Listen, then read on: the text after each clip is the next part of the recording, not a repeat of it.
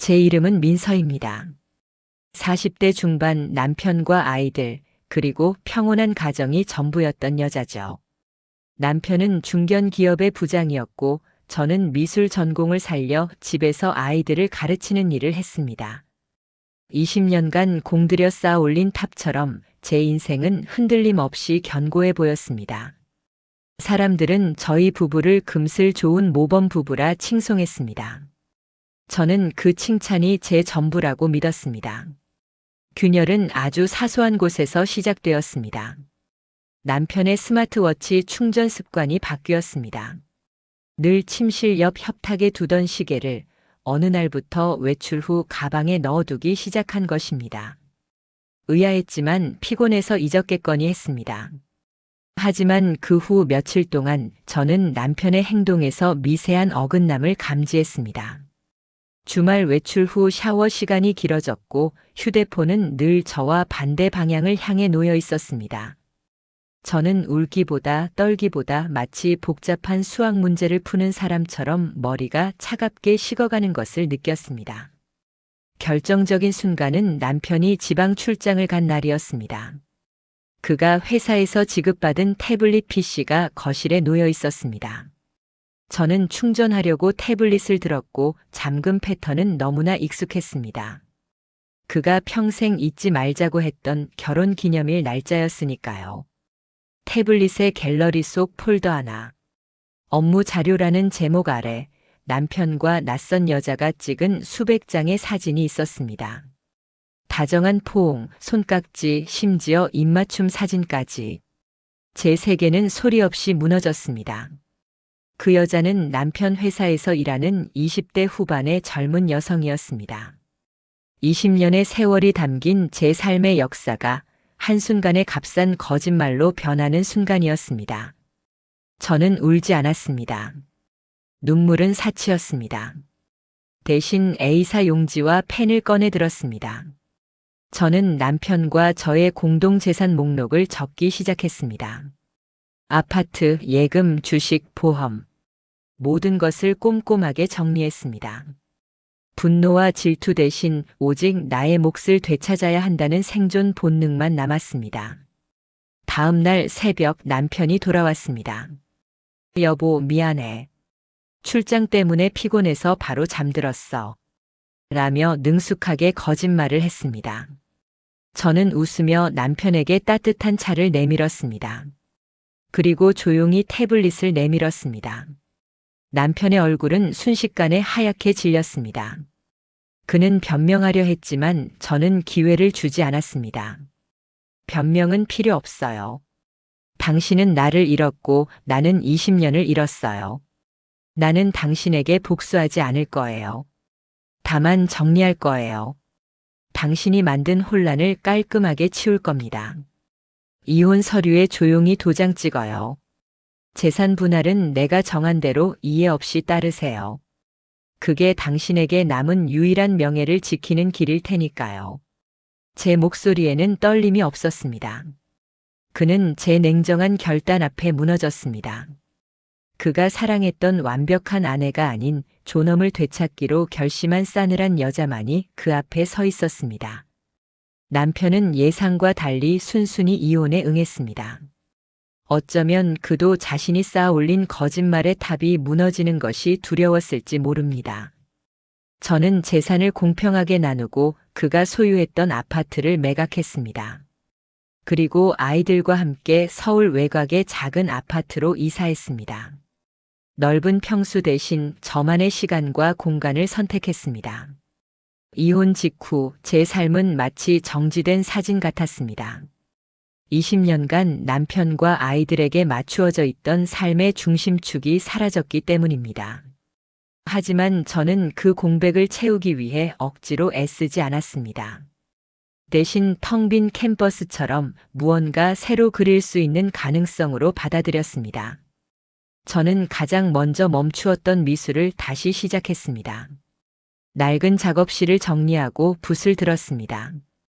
붓이 캔버스에 닿을 때마다 억눌렸던 감정들이 색채로 폭발했습니다. 제 그림은 전보다 훨씬 깊고 강렬해졌습니다. 남편에게 의존하던 경제적 불안감은 제가 가진 재능과 열정으로 채워지기 시작했습니다. 그리고 그동안 망설였던 여행을 시작했습니다. 아이들이 캠프에 간 여름, 저는 혼자 훌쩍 기차를 타고 강릉으로 떠났습니다. 해변가에 앉아 파도 소리를 들으며 나는 이제 나 자신에게 온전히 집중할 수 있다는 해방감을 느꼈습니다.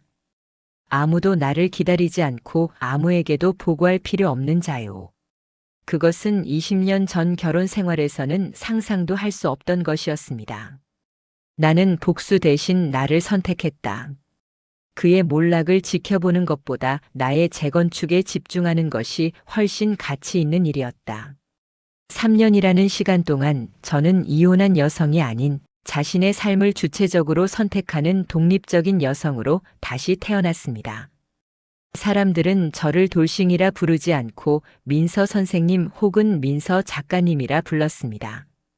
저의 새로운 정체성은 남편의 그림자에서 완전히 벗어났습니다. 저는 더 이상 과거에 얽매이지 않았습니다. 제 삶은 밝고 단단해졌습니다. 그러던 어느 날 미술 재능 기부 모임에서 한 남자를 만났습니다. 재현이라는 이름의 그는 저와 동갑이었고 중학교 교사였습니다. 그는 저처럼 이혼의 아픔을 겪었지만 그 상처를 깊은 이해심과 따뜻함으로 승화시킨 사람이었습니다. 재현 씨는 제가 겪은 과거에 대해 묻지 않았습니다. 굳이 설명하려 하지 않아도 그는 제 눈빛과 미소에서 제가 걸어온 길의 무게를 이해하는 듯 했습니다. 우리의 관계는 조용하고 느리고 그리고 깊은 존중 위에 쌓아 올려졌습니다. 이전 남편과의 관계가 늘 역할과 의무로 채워져 있었다면 재현 씨와의 관계는 공감과 배려로 가득했습니다. 가장 감동적이었던 순간은 제가 밤늦게까지 작업실에서 그림을 그리고 있을 때였습니다.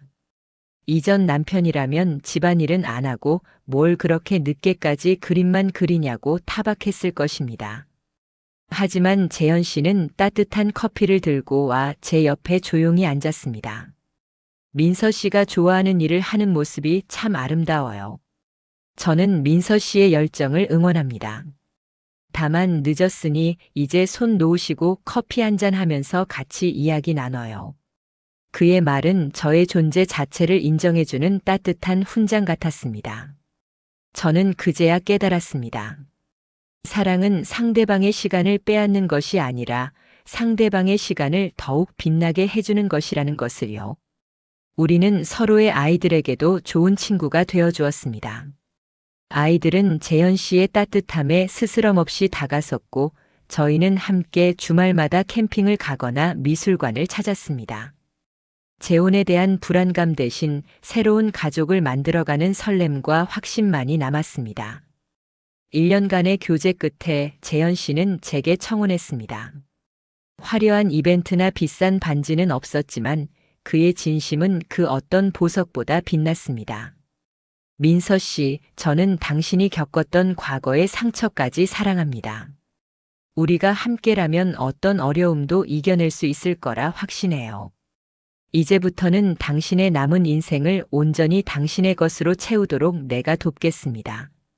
저와 결혼해 주시겠어요? 저는 눈물을 흘리며 네라고 대답했습니다.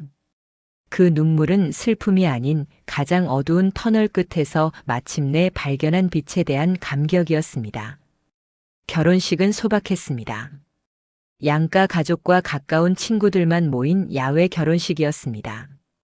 저는 순백의 웨딩드레스 대신 제가 직접 디자인한 심플한 드레스를 입었습니다. 식순의 마지막, 남편과 제가 직접 부른 축하 노래는 저희의 재혼 스토리를 담은 노래였습니다.